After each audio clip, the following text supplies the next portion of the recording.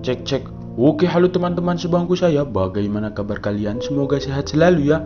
Dan di video kali ini saya akan merangkum sebuah alur cerita film yang berjudul Escape Plan yang dirilis pada tanggal 18 Oktober 2013. Oke lah, tanpa banyak cincong lagi, mari kita mulai filmnya.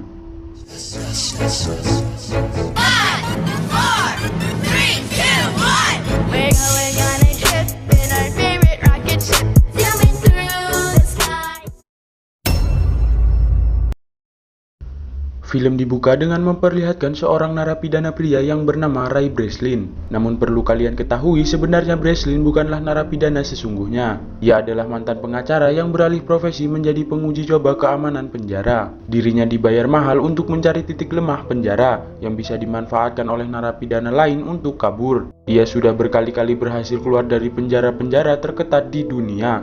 Lalu saat di penjara, Breslin mulai memikirkan cara agar dia bisa kabur dari penjara tersebut. Selepas makan, ia memperhatikan kotak susu. Bukan yang ini ya, tapi yang ini. Di mata dia, ini adalah kunci untuk kabur. Lalu ia membuka dan mengambil lapisan film tipis di dalamnya. Kemudian saat ia akan keluar, diam-diam Breslin menempelkannya di kunci sandi sel. Dan saat ia akan masuk kembali, ia diam-diam mengambil kembali film tipis itu. Ternyata tujuannya adalah saat penjaga memencet kode sandi itu, cap jari si penjaga akan membekas di film tersebut. Selanjutnya Breslin mencoba memperhatikan 4 angka dan mungkin ada 24 kunci kombinasi. Selanjutnya Breslin memikirkan cara agar dapat menekan sandi-sandi itu. Kemudian ia membuat bola-bola kertas kecil dari tisu toilet dan membungkusnya.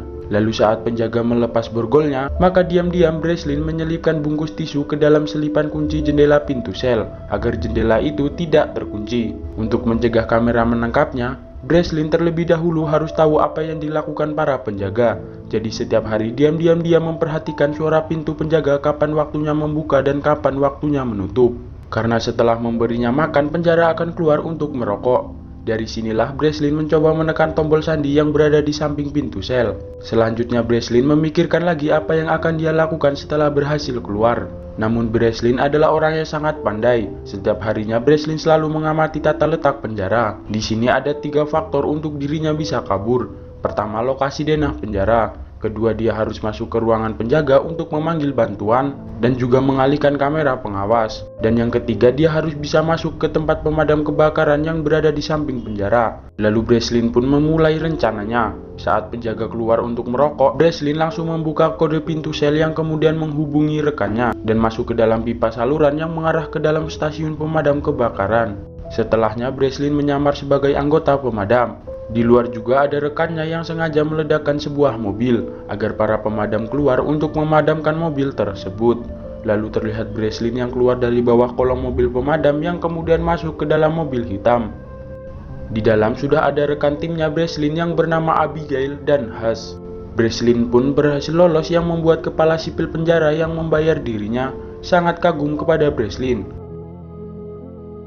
Lalu suatu hari terlihat wanita yang mendatangi Breslin dan mengaku sebagai agen CIA. Ia bernama Jessica. Lalu Jessica mengatakan bahwa ada penjara yang sangat misterius yang berisikan para tahanan yang tak diterima oleh negara manapun. Jessica meminta bantuan kepada Breslin untuk menguji apakah penjara itu aman atau tidak. Ini adalah misi Breslin yang kelihatan berbahaya. Namun karena imbalannya setara dengan resikonya, Breslin memutuskan untuk menyetujui misi tersebut. Lalu Breslin akan menggunakan sebuah identitas palsu dengan nama Porto. Berdasarkan identitas palsu itu, Porto adalah seorang teroris. Dengan identitas barunya, Breslin dilarang melakukan kontak dengan dunia luar. Akhirnya kesepakatan antara Breslin dan Jessica pun dimulai. Esoknya dibantu rekan timnya, sebelum Breslin pergi, ia diberikan alat pelacak di lengannya yang bertujuan agar tim Breslin selalu bisa memantau dirinya.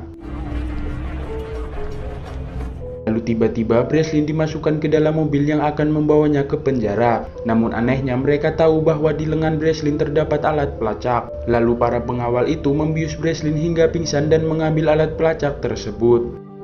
Setelah sadar, Breslin sangat terkejut karena ia berada di dalam penjara yang semuanya terbuat dari kaca. Penjara ini adalah penjara terketat yang saat ini dihadapi oleh Breslin. Ruangan yang tertutup, bahkan cahaya matahari pun tak dapat menembusnya. Juga terdapat banyak penjaga yang banyaknya melebihi tahanan dan semuanya memakai peralatan lengkap. Penjara ini juga memiliki banyak kamera lengkap yang selalu dapat memantau para tahanan. Lalu Breslin dibawa ke dalam suatu ruangan. Di sana diperlihatkan sipir penjara yang bernama Hobbs. Dan Breslin mengatakan bahwa ia tak betah berada di penjara ini karena terlalu kejam, yang lalu memberikan kode evakuasi agar dirinya bisa dilepaskan.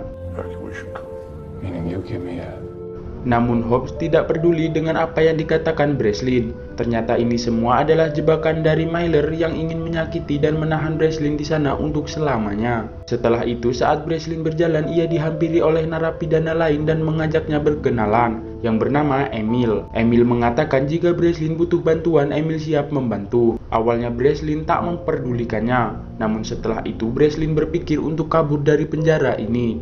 Akan tetapi ia membutuhkan teman untuk membantunya. Lalu Emil datang lagi untuk menawarkan bantuan. Kemudian Breslin meminta agar membantunya masuk ke dalam ruang isolasi. Lalu mereka sengaja berkelahi agar dapat masuk ke dalam ruang isolasi tersebut. Try this.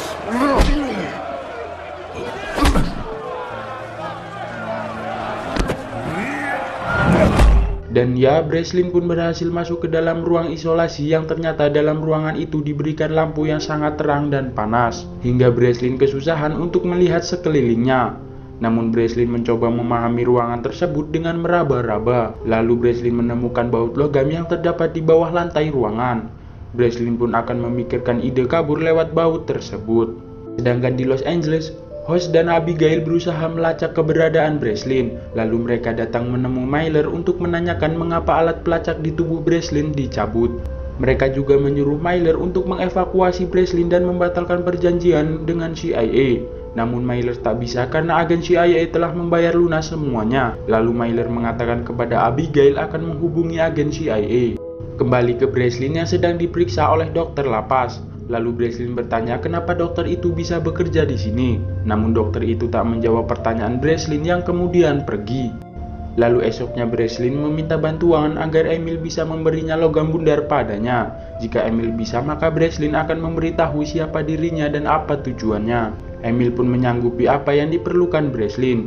Lalu Emil berkata kepada penjaga bahwa dia ingin berbicara dengan sipir. Lalu Emil pun dibawa ke ruangan sipir penjara. Namun di sana Emil menjelek-jelekan Hobbs yang membuat dirinya marah dan memasukkan selang air ke mulut Emil.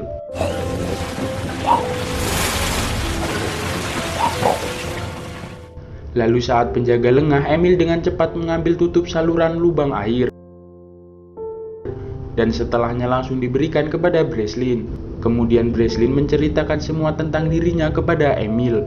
Bahwa sebenarnya ia bukanlah narapidana namun mantan pengacara yang beralih profesi menjadi penguji coba keamanan penjara. Namun saat ini, ia merasa sedang dijebak oleh seseorang yang belum diketahui oleh Breslin.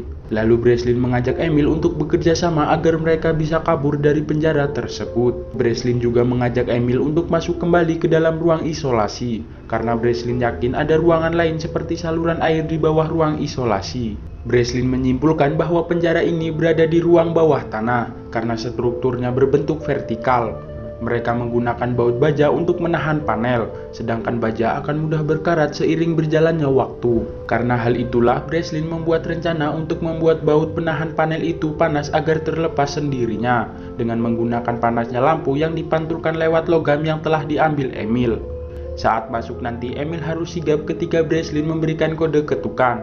Di saat itulah Emil harus mengalihkan perhatian penjaga dengan berteriak-teriak. Mendengar rencana yang sangat cemerlang ini, Emil pun sangat setuju dan membuat keributan agar mereka kembali masuk ke dalam ruang isolasi lagi.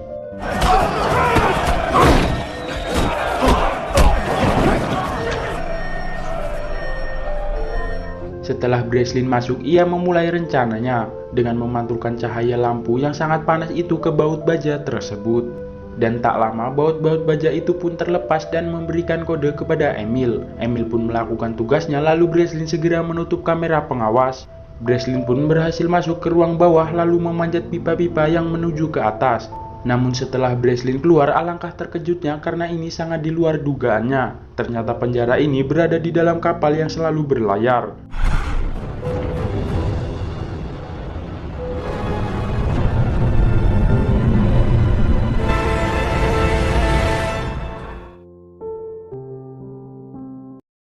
Dan lanjut part 2.